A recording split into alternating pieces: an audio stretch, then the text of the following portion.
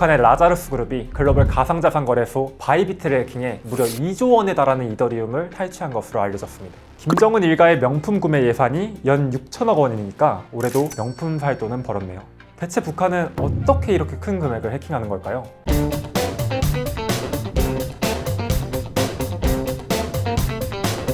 안녕하세요. 매일경제 정재원 기자입니다. 지난달 말 북한의 라자루스 그룹이 글로벌 가상자산 거래소 바이비트를 해킹해 무려 2조 원에 달하는 이더리움을 탈취한 것으로 알려졌습니다.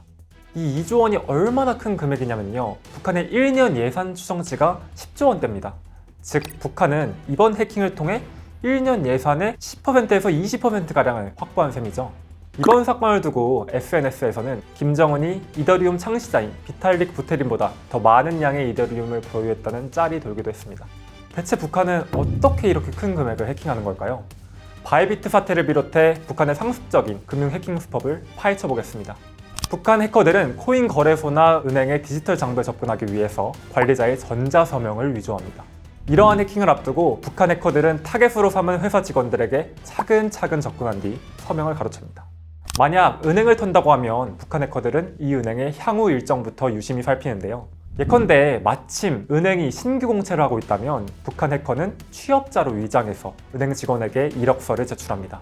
그런데 사실 이 이력서 첨부 파일에는 악성 코드가 심어져 있어서 직원의 로그인 정보가 털리는 거죠.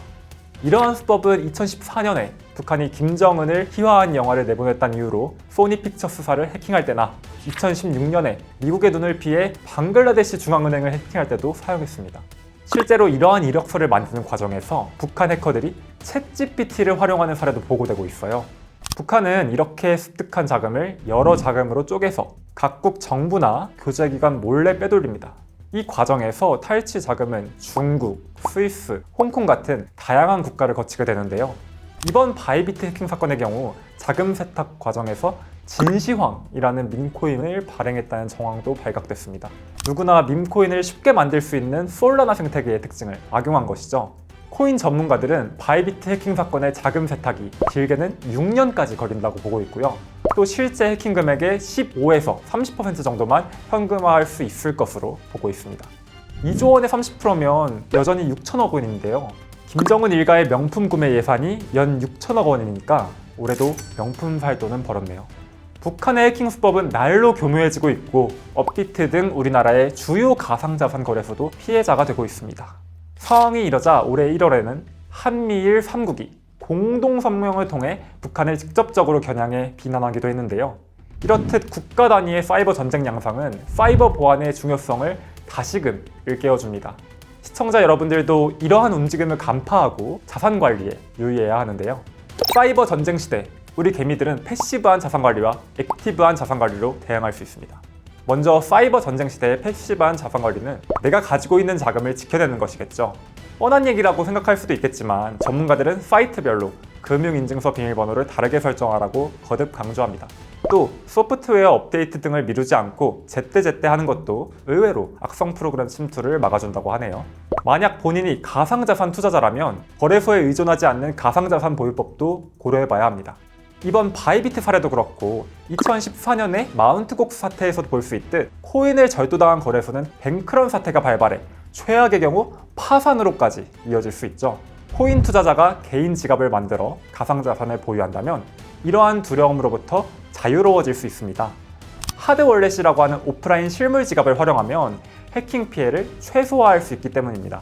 대신에 이 실물 지갑을 잃어버리거나 복구 코드를 까먹는 등의 사태가 발생하면 가지고 있는 코인을 전부 잃어버릴 수도 있으니 조심하시고요.